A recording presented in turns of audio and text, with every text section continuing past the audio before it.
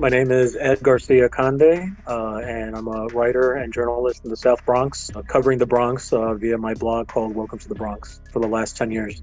It was a beautiful day on Saturday, and one of the things that I like to do is just get on my bike and go across all of New York City. And I was like, this is a perfect time to document what's going on with social distancing. And I saw people in parks and walking around, kind of dense, but not packed or anything like that. People with masks on, mostly practicing social distance as best as you can in a city of almost 9 million people. But when I got to the Christopher Street Pier in the West Village, it was just packed with people. There was definitely like over 100 people sitting on the grassy area, practically on top of each other, groups of 3, 4, 5, even more all together. People who clearly, don't live together. They're just friends hanging out. No masks on to be seen except for maybe 6 or 7 individuals, which I saw that had a mask on. That was about it in the entire crowd. And the interesting part was that there were no police around. In the neighborhoods of color, like in my neighborhood, police vans patrolling the largest park in the South Bronx, and there was no one in the park basically. So, to me, it was very disturbing. It was a glaring, just the audacity of the privilege that these people were exhibiting on the pier when we had almost 20,000 people die in New York City from this alone. Like, we are the epicenter. But then it doesn't surprise me because, between Manhattan and the Bronx, we know this is a tale of two cities. One of the biggest differences that I've seen in policing social distance in the city is that, especially in the beginning, through the neighborhood in the South Bronx, you had the police constantly driving around with sirens, keep 6 feet away, keep 6 feet away.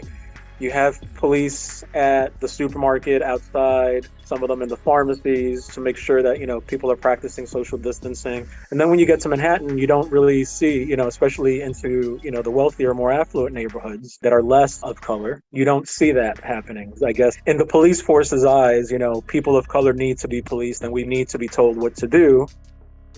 Of the NYPD's police brutality against people of color, they really should not be the ones to be enforcing social distancing.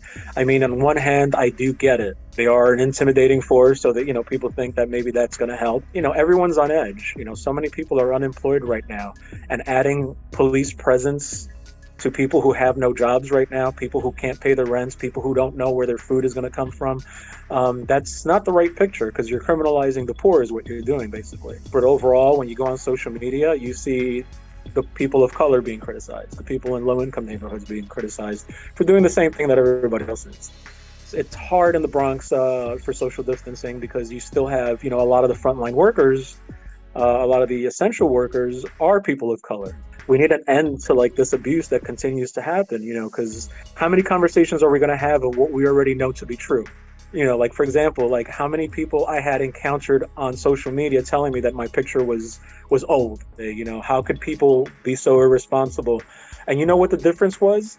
The difference was that the people in that photo were all practically white. But no one asked those questions of the house party in Chicago. Nobody had an issue with that. They right away condemned everyone in Chicago, but you didn't see people asking for the receipts of, hey, was that really taken now? Can people really be doing something so irresponsible? No. So, it's enough with the conversations. We just need action is what we need. We need the elected officials to do what they have to do. And if they're not, move out of the way and let someone else do it.